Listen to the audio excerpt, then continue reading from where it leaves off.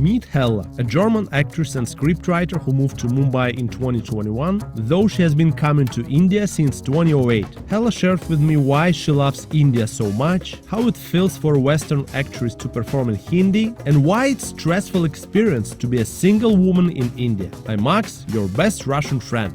Let's go. What do you like about living in India? I actually like that everything's just chaotic. Mm-hmm. You know, For you as German, it's not like too much. Sorry for generalizing. No, I know.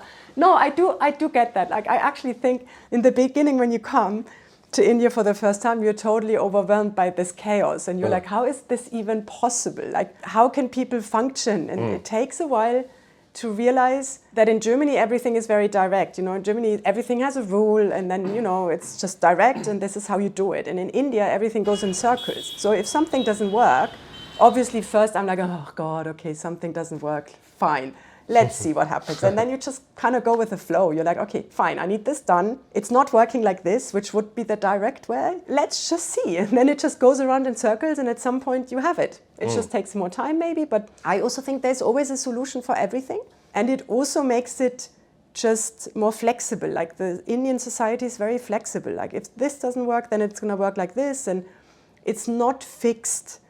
Which also gives you more freedom, I find. Like it's just, and then again, I like that it's a very diverse culture, you know, because India is huge. There's so many different ways of life. Like it's so from one extreme to the next. I also really like that there's so many religions living together and they all live together peacefully and respect that, oh yeah, this person believes in this and that person believes in that and they don't really care. And then it goes even further, you know, when you go down, you have people who live in housing communities and they only eat specific things. And then the friends in another house, they eat this. Yeah. So there's also a lot of like differences in food. But because everybody knows someone else is going to do something different, it's totally okay.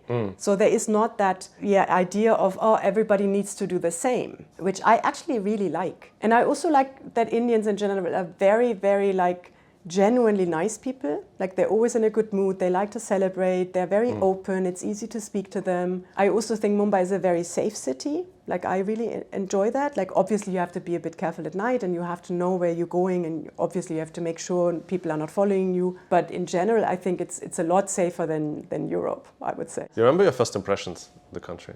So what I did is I spoke to a lot of friends first time I came in 2008. And I spoke to like friends in Germany. I was living in Munich at that time and I was like, I want to go to India. And then obviously you meet people who've been to India. Yeah. Lots of people will say they love it or they hate it. I think India is like you hate it or you love it. There's nothing in between. Yeah. So obviously then some people said, no, it was awful and people are so like in your face and they just talk to you all the time and they just don't leave you in peace. And others were saying, no, it's totally amazing. So I decided I'm going to go on my own. So then I went to Nepal first. So I went 2 weeks to Nepal, which is really, really nice. I really enjoyed it. And then from Nepal, I flew to Delhi and spent a week in Delhi in 2008 and just did a lot of like the sites.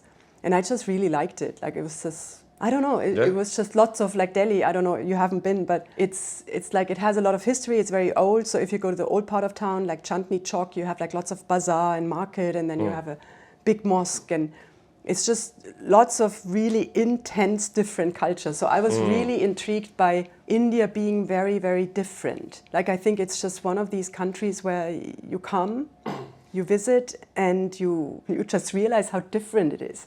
Like so many different things and the signs all look different and you're just like, oh my God. So I was kind of overwhelmed a bit, yeah. And you traveled on your own? Yes, I traveled on my own. Because like Delhi has this reputation of being not super safe for women. Right, but that was also, I mean, that rape case happened later. So that was before, in 2008. And at that point, I didn't actually know that. Like, I didn't know that, you know, now people say, oh, you couldn't go to Delhi. I now wouldn't really go to Delhi because I think it got worse. Like in 2008, I did have not very nice experiences in Delhi. Like I would say Delhi is a tough place as a woman on your own because you have people following you. So groups of guys, they just follow you around and then they speak to saying, hi, where are you from? And you're like, yeah, I'm from blah, blah, blah. And then they're like, oh, welcome to India. And do you want to have coffee? And then you say, no, thanks. And they're like, oh, come on, let's have a coffee. And no, I'm busy, I'm gonna go somewhere. Where are you going? We'll come with you. And no, thank you. And it's very difficult to just get rid of them. And then they leave, and then 15 minutes later they're there again. Oh, hi, nice to see you again. So you constantly have these guys just following you around, and yeah, I don't know, it's very exhausting in Delhi. Like, I actually didn't have it that much because I'm dark-haired, I don't have blonde hair, blue eyes, so I don't stick out that much. So that's actually a positive. Because I do, over the years now, I've spoken to blonde-haired women, and sometimes the stories they tell me, I'm like, oh my God, how can they even cope with that? So yeah, and then I did a week of Delhi, then I did a bit of traveling around, I went to Jaipur, and then I decided to extend my trip and just go to Mumbai, because I was like, I have to go to Mumbai, it's like Bollywood, it's like, because at that time I was working in film, but not as an actress, so I was like, let's just go to Mumbai, and I'm gonna give myself 2 weeks, and I want to be an extra in Bollywood. Because at that time it was very common for coordinators to look for foreigners in Colaba. Ah, okay. Yeah. For acting? Or for no, what? it was just for background. So a lot of times when they shoot a Bollywood film, the film might actually take place in the US or in UK or in Europe. But then they come here and they shoot all of the interior scenes in studios. But then if they say, okay, now the main characters are in London and they're going to a restaurant, you need foreigners in the restaurant, because in London you have a lot of... For entourage, for black people. Right, you can't say, okay, now they're in a restaurant and everybody's Indian, because they're supposedly to be in London. Yeah, so I was like, okay, sure. So in the Lonely Planet at that time, they were saying, yeah, if you want to be... They spoke about it as well. They said, if you want to be an extra in Bollywood, you can, go to Colaba and then they will ask you. So, and they mentioned a couple of guest houses where also the people working there have contacts to the coordinators. Yeah. So I chose one of these guest houses, like a hostel. And then I arrived by train. And then I took this taxi, which was totally super expensive, because I didn't know. So he just didn't switch on the meter, nothing. So I paid way too much. And then I check into that guest house in Colaba. And in that moment, the guy says, oh, do you want to be an extra in Bollywood tomorrow? And I'm like, wow, yeah, sure. Okay. So yeah. It was really fun. So I did it like 5 or 6 times in these 2 weeks. In Indian society, women are secondary. I mean, that's just a fact. It's always like that. And I also feel that, like, you constantly have this. You sense is it. Yeah. I think the biggest problem I have in India, living in India, is that I'm secondary. Like, women in general are secondary to men in this society. And obviously it depends where you are. There's also differences of like, who do I speak to? But in general, I think there's a lot of like underlying little incidents where I just sense that they're doing it because I'm a woman. And that sometimes drives me crazy. Like, I just don't like that. Like, I find that really annoying. Can you recall any example? I mean, very simple example would be like on the train, or even like when you're on the train platform, train station, lots of people, there's always the touching thing. So touching? Like people squeezed, you mean this one? No, or? so like let's say you go in a train station, local train station, you go to the platform and there's lots and lots of people. Yeah. Men would just walk past you and they would touch you. Like they just, basically the hand would just touch your thigh. Like on purpose? Yeah, they do that on purpose. And it's kind of like this thing, oh, she's a white woman, I'm just going to touch her. And I spoke to my Indian friends about it, like female friends, and they also say it happens to them.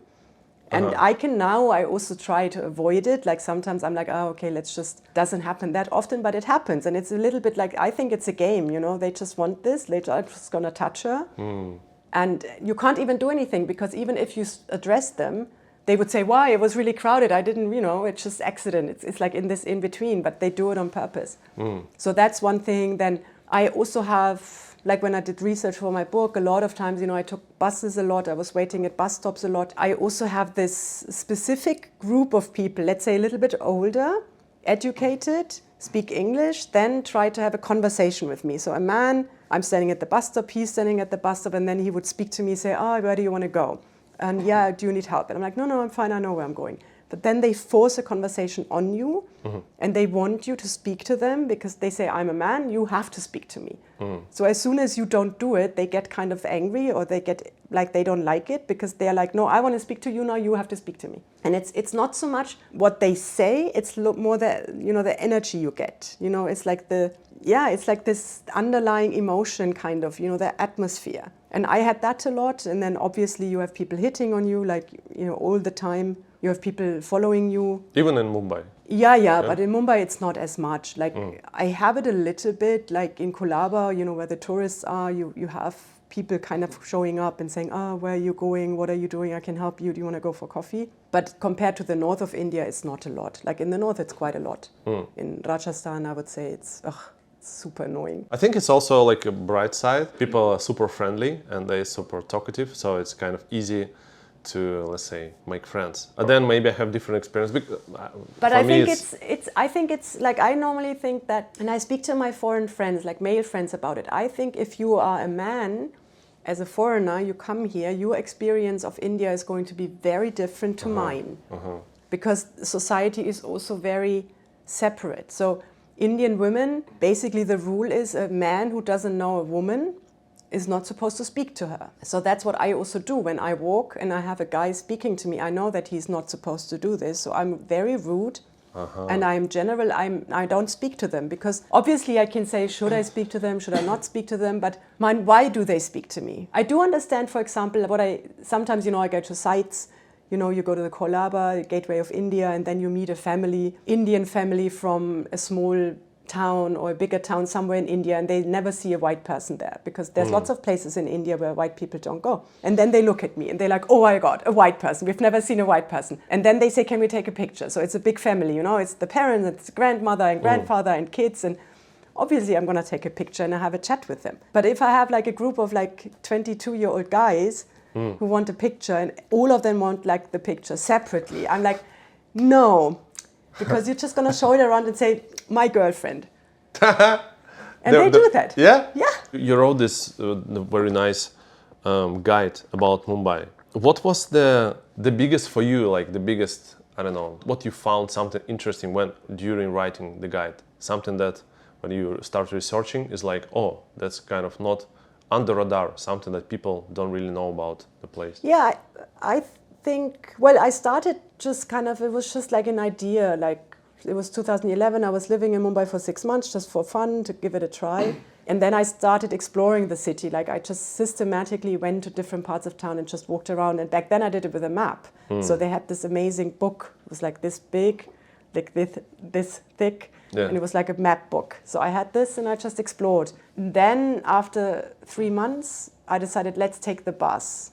And I think that opened a lot of, because the train always goes the same way. You know, that it's always the same. But then when you take a bus, you actually end up going to places you've never been before. So that took me a while. It was lots of trial and error to kind of find out which bus do I take and how do I take it. And I also discovered that everything in Mumbai has 2 names.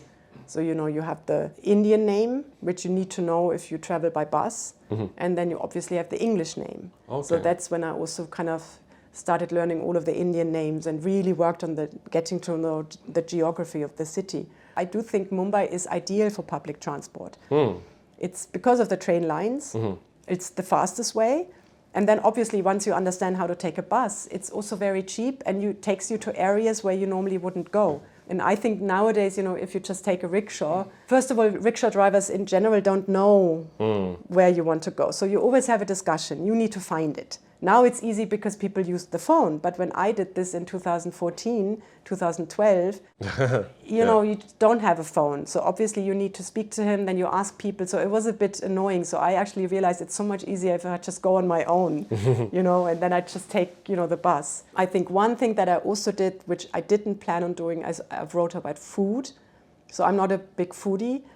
But then I had a good friend who was running one of very nice hostel. He was a co-founder of the Hornokay hostel in Bandra, which doesn't exist anymore. But before lockdown, it was one of the best hostels. And I stayed there quite a lot. And then he was actually saying, oh, Hella, if you write a guidebook, you have to write about food. Because it's all about food. And then he made me basically write about food, which was great because I learned something new. What's your favorite Indian food? I like Italy, South Indian food a lot. But when it comes to the Mumbai charts, so the snacks, I really like bel puri, misal pav, and maybe a vada pav. Yeah, let's say vada pav. Do you miss winter here lately? Yes, I do. I do have to say, I miss stuff. I miss food. I also miss how we use public space in Europe. So for example, in Munich, we have the English garden, so I can go to the English garden and I meet my friends and we have a picnic, just sit. Or you play sport, or in the English garden you can't, but there's areas, like we have a river, so along the river you can have a barbecue, so you just sit. And here in Mumbai, you just don't do that. So it's, even if you go to the beach, it's just not the same. I like to ride a bicycle at home. Here again, it's a difficult thing. I like to walk. Here in Mumbai, walking is, I do it a lot, but still it's exhausting because the sidewalks are constantly occupied. So you walk in the road, then there's a huge amount of traffic and it's noisy. And so yeah, I do miss winter. Like last year for Christmas, I went back home. So my sister lives in Switzerland, so I always go to Switzerland. And I was hoping for snow because I wanted to go snowboard and I just wanted winter and I just want cold. We didn't have any snow until I left. It came when I left.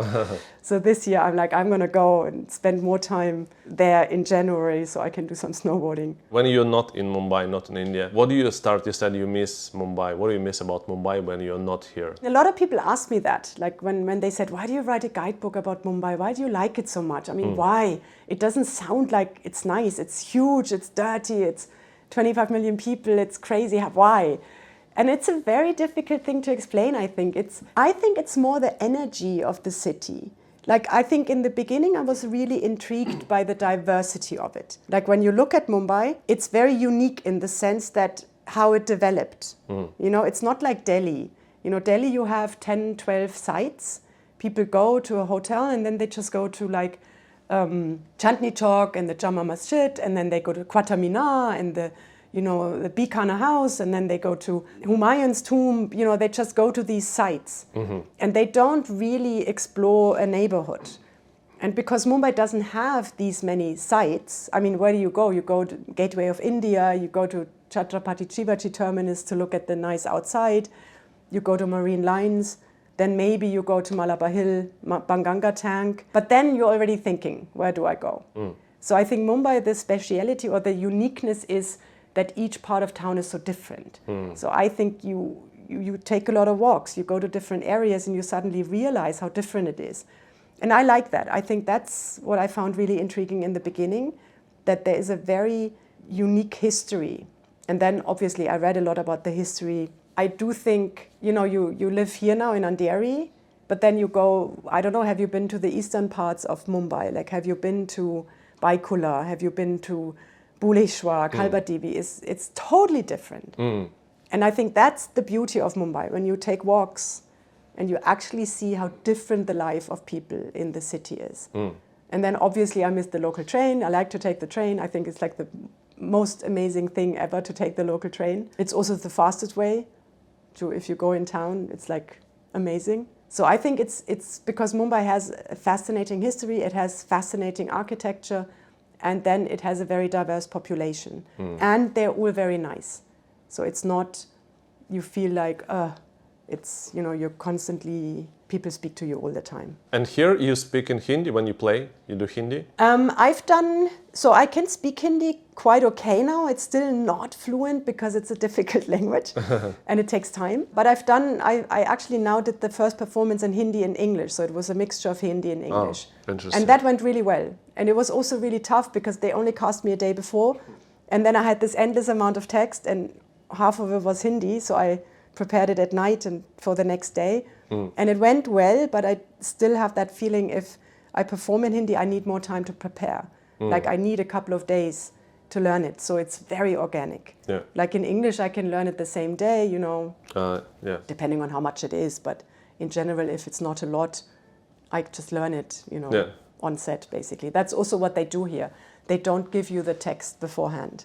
So normally you show up and then you get your lines on the day, which I also don't like very much. I mean, yeah, I don't like it. How to say welcome to India in Hindi? Oh, actually, they always say that in English. Welcome to India.